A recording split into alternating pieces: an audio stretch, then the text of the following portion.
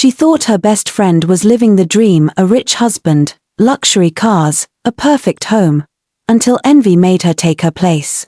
And she discovered too late the deep secret her friend had been hiding all along. Sandra and Anita grew up the way only true childhood friends do, sharing one life between two bodies. They lived in the same noisy compound in Sayulea, Lagos, running barefoot between buckets of water, and plaiting each other's hair on Saturday mornings. Sandra was the calm one, gentle, patient, always thinking before she spoke. Anita was fire, loud, dramatic, full of dreams bigger than the street they grew up on. She always wanted more, always chased the spotlight, always imagined a richer future. But no matter how different they were, they moved together like sisters. If you saw Anita, Sandra wasn't far behind. If Sandra cried, Anita picked the fight for her. If Anita failed a test, Sandra stayed up all night helping her study. Their mothers would smile and say, "These two." They were born in different houses but raised by one heart. Growing up didn't change that. They whispered their dreams to each other under the ceiling fan at night. Sandra wanted a simple life, a small business, a peaceful home, a man who loved her sincerely. Anita wanted everything: big house, expensive cars, a rich husband, trips outside Nigeria. But still, they held on to each other tightly. By their final year in university, Sandra had started catering small events to support herself. That was how she met Victor, a handsome, well-dressed young businessman who came to one of her corporate deliveries. He complimented her food, then her smile, then her kindness, and before Sandra could understand what was happening, she was falling in love with him.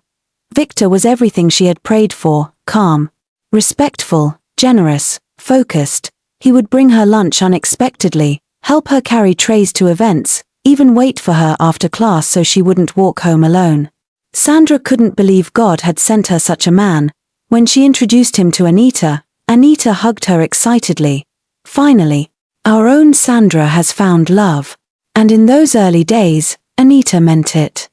She was happy for her friend. She had no reason to envy, no reason to feel left behind. But when Victor proposed months after their graduation, Anita felt something she didn't want to name. A small pinch in her chest, a quiet whisper.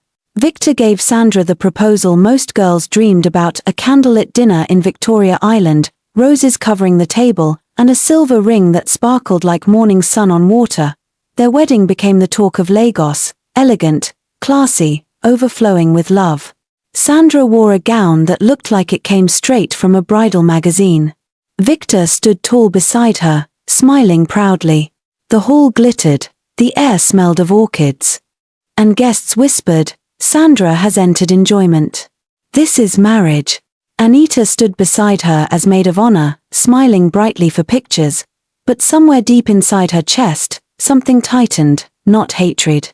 Just a quiet longing she tried to ignore. After the wedding, Sandra moved into Victor's Lekki mansion, a white duplex with large windows, polished floors, and luxury cars lined up like trophies.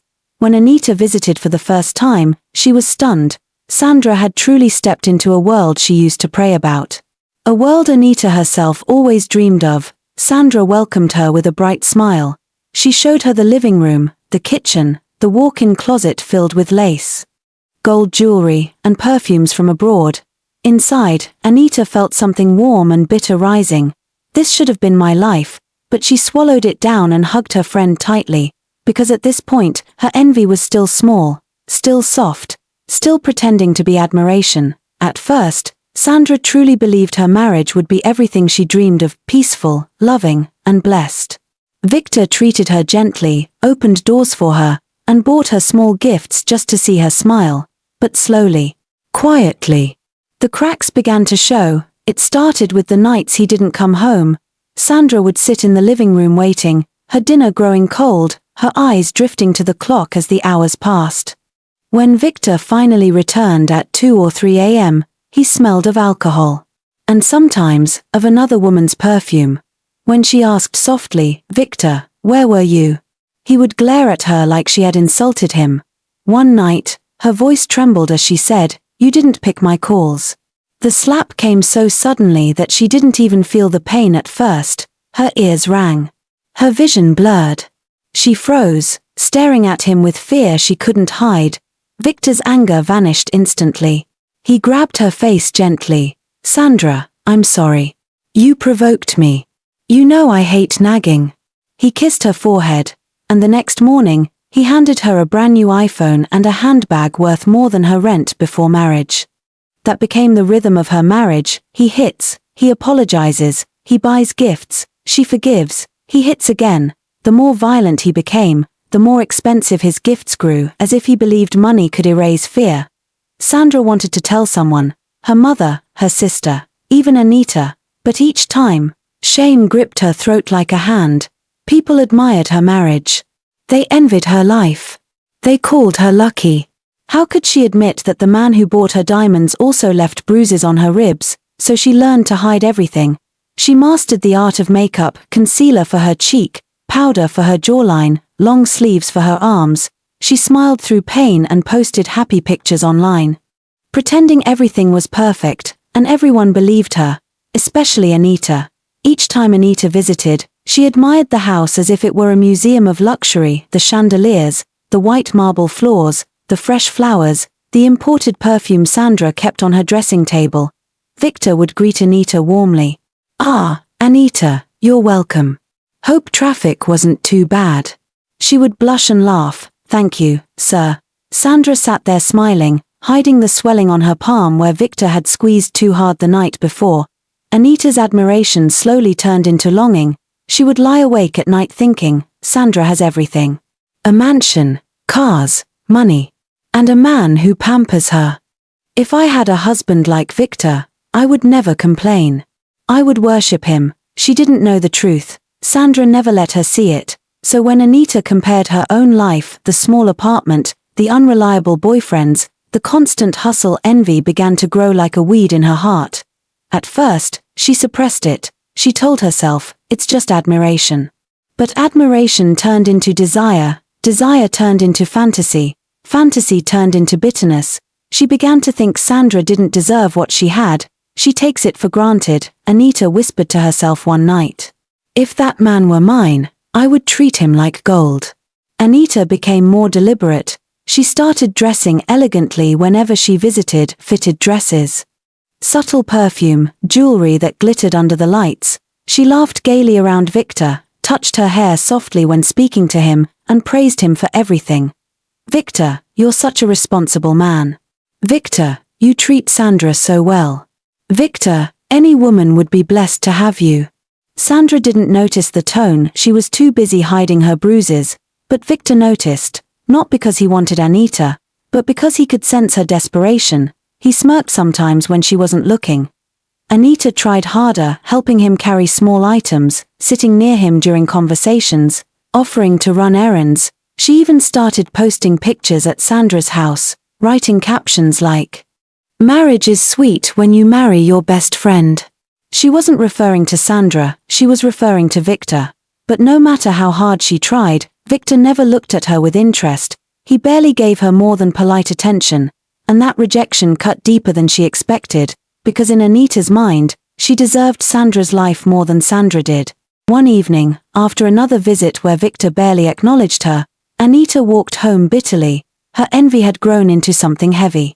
Something dangerous. 4 days, she couldn't sleep. She kept imagining herself in Sandra's clothes, living in that mansion, riding in those cars, being called Madam Victor. She prayed, she fasted, she even tried subtle flirting, nothing worked, and finally, she crossed a line she never thought she would cross. She decided to visit an herbalist, a man known in the outskirts of Lagos for performing spiritual works, the kind that bind hearts, break marriages, and rewrite destinies. She walked there with purpose, breath shaky, heart pounding, mind clouded with envy. All she could think about was the life Sandra lived, the life she believed belonged to her. The herbalist was an old man with calm eyes and a voice that sounded like rustling leaves. He looked at her for a long moment before speaking. "Why have you come?"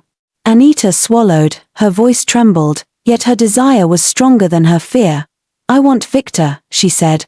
"I want him to leave his wife and love only me." The herbalist blinked slowly, studying her face. Then he sighed. "This kind of work," he said quietly, "binds destinies. If I do it, you must never leave him. Even if he hurts you. Even if he destroys you. The charm cannot be undone. Anita felt the warning like a breeze on her skin. Soft. Easy to ignore, her jealousy spoke louder. Do it, she insisted. I'm not afraid. The old man shook his head, almost pitying her. I will not be blamed later. Once I throw the charm into the river, it is gone forever. Your life will be tied to his until death. Anita nodded eagerly. I accept. And with that, the ritual began. He tied red and black threads together, chanted strange words, and placed Victor's name inside a small clay pot. He burned herbs that filled the room with thick smoke. Anita's heart raced as she felt the air shift, something unseen wrapping around her. When the herbalist finished, he wrapped the charm in cloth. It must be thrown into the river tonight. He said, after that, there is no turning back. Anita watched him walk away with it. She felt victorious. She had no idea she was sealing her own fate. The spell takes hold. Things changed quickly, almost overnight. Victor became distant with Sandra, cold, irritable, unexplainably angry. He stopped sleeping in their bedroom. He stopped coming home. He stopped pretending to love her. One morning, without warning, he told her, Sandra, leave my house. Just like that, Sandra froze, confused, trembling. What? What did I do? He didn't answer. He simply dragged her bags outside and shut the door in her face. Sandra cried the entire way to her mother's place, humiliated, broken, and still too ashamed to explain the truth of her marriage. Meanwhile, Anita waited, breathless, for Victor to call her. And he did, not with affection, not with warmth, just with a strange, unsettling urgency. Come to my house. Anita believed the charm had worked perfectly. She dressed in her best gown, applied her makeup, and duplicated Sandra's soft smile as she walked in. But the house felt cold. Victor looked different. His eyes were darker. Harder. Still, Anita was thrilled she had taken Sandra's place. Within a week, Victor married her. She entered the mansion not as a visitor, but as the new Madame Victor. But the charm did not bring love. The first beating happened before the honeymoon. He smashed her phone because she asked for the Wi-Fi password. When she cried, he hit her again. Harder. There were no gifts afterward, only curses, yelling, and threats. Anita told herself it was stress. That he'd calm down, but he didn't. The beatings came daily, for speaking, for asking questions, even for breathing too loudly. He slapped her in the living room, he punched her in the kitchen, and one afternoon, he dragged her into the compound and beat her in front of the security guard. The charm had bound him to her body. Not to her peace, not to her safety, not to her happiness. And the more she tried to resist, the worse he became. One night, shaking, bruised, and terrified, Anita ran back to the herbalist's shrine. She fell to the floor, crying, "Please undo it. I'm begging you." The herbalist looked at her with sad eyes. "I warned you. Once it is thrown into the river, it can't be undone." Anita screamed, she begged, she pulled at her hair. He repeated gently, "Unless you can retrieve the charm from the bottom of the river, you are bound to him." Her world collapsed. She walked out of the shrine with bandages around her arms and ribcage, a walking shadow of the woman who once envied her friend's life. And for the first time, she realized she had not stolen Sandra's blessings. She had stolen Sandra's suffering. Anita left the herbalist's shrine broken, trembling, and wrapped in dirty bandages. The Lagos sun felt too bright, the air too heavy, the world too loud. Every step she took sent sharp pain through her ribs, but the pain inside her chest was worse, a gnawing regret that ate her from the inside out. Victor was no longer a mystery, no longer an obsession, no longer the fantasy she built in her mind. He was a monster, and she had tied herself to him with her own hands. For the first time since the charm was cast, Anita saw her reflection in a shop window, swollen lip, bruised cheek, faded eyes. She didn't recognize herself. And she knew exactly where she needed to go.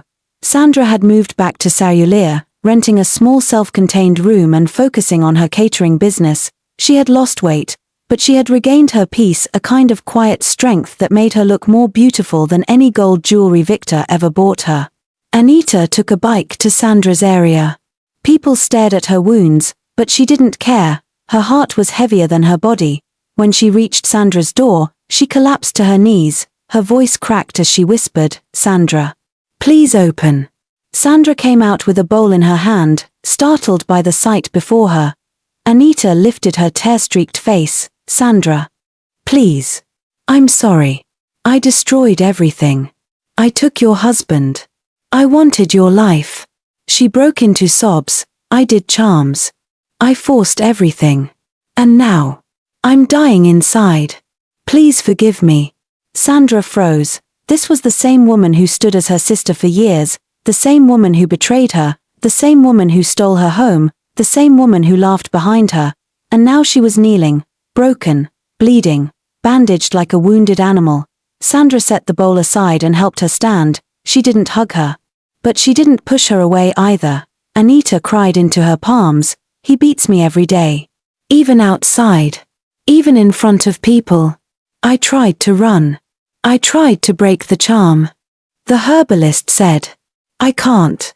Sandra inhaled deeply. After a long pause, she said softly, "Anita, I forgive you." Anita sobbed harder, collapsing against the wall. But Sandra continued, "I forgive you. But we can never be friends again." Anita's crying stopped, her heart plummeted. Sandra wiped her hands on her wrapper. "You broke something that cannot be repaired. I can't walk with you the way we used to. But I won't hold your sin against you anymore." It was the kind of forgiveness that carried peace, but also finality. Sandra walked back inside her room. She didn't look back. And Anita, standing outside the door, realized she had lost the one thing she truly had. The only person who ever loved her sincerely. She returned to Victor's house because she had no choice. The charm pulled at her chest like a chain. If she tried to leave again, she felt sharp pain gripping her heart, warning her that death was near. So she went back to the same mansion she once admired. The front door was wide open. Music was blasting. Laughter echoed through the hallway. Victor was hosting another party. Women in short dresses danced around him. Friends smoked, drank, and played loud games. When he saw her standing there bruised, bandaged, drained, he didn't pause. He didn't ask where she had gone. He didn't care. He simply pointed to the kitchen. "Go and serve my guests." And like a prisoner, she obeyed. She carried trays of food with shaking hands. She poured drinks while men whispered, "Is this not Madame Victor? Why she day look like this?" Some laughed, some pitied her. No one helped. Victor openly groped other women in front of her. He pulled one into the bedroom while music played on. Anita kept serving wine. Tears dripping silently onto the tray. When she accidentally dropped a glass, Victor descended on her right there, slapping her so hard she fell on her knees. The guests watched. No one moved. The herbalist's words replayed in her mind, "If you try to leave him, you will die." And in that moment, she understood. She was no longer a wife, no longer a rival, no longer a friend. She was a prisoner in a golden mansion, punished by the very life she once envied. Later that night, as the party died down and Anita cleaned the mess with trembling hands, she stared at the broken bottle on the floor. Her tears fell into the scattered glass. The life she wanted, the husband she coveted, the marriage she stole, had become her curse. And for the rest of her days, Anita would live with the consequences of a choice made in jealousy, a choice she could never undo. She no longer hoped for rescue. She no longer wished for escape. She no longer prayed for love. She simply survived, breath by breath, day by day, trapped in a marriage that glittered from far away but bled her dry up close. This was her destiny now, a destiny she chose, a destiny she could never undo. And somewhere in Lagos, Sandra continued growing, healing, and rebuilding her life, a quiet reminder that peace is the true luxury, and jealousy is a debt that always gets paid in full. If this story touched your heart, take a moment to reflect. How many times have we admired someone else's life without knowing what they're truly going through behind closed doors? Not every smile is happiness, not every luxury means peace, and not every perfect couple is truly in love. Thank you so much, besties. We are almost at 10K subscribers, and I honestly can't believe how fast we've grown. Every like, every comment, every share, it all means the world to me. To my returning viewers, thank you for standing with me, supporting my stories, and making this channel feel like home. And to everyone watching who hasn't subscribed yet, please take a second to hit that subscribe button and join the family. It helps the channel grow, and it encourages me to keep bringing you more emotional, powerful African stories every single week. Let's hit 10K together. I love you all, and I'm grateful for every one of you. See you in my next story. Bye for now.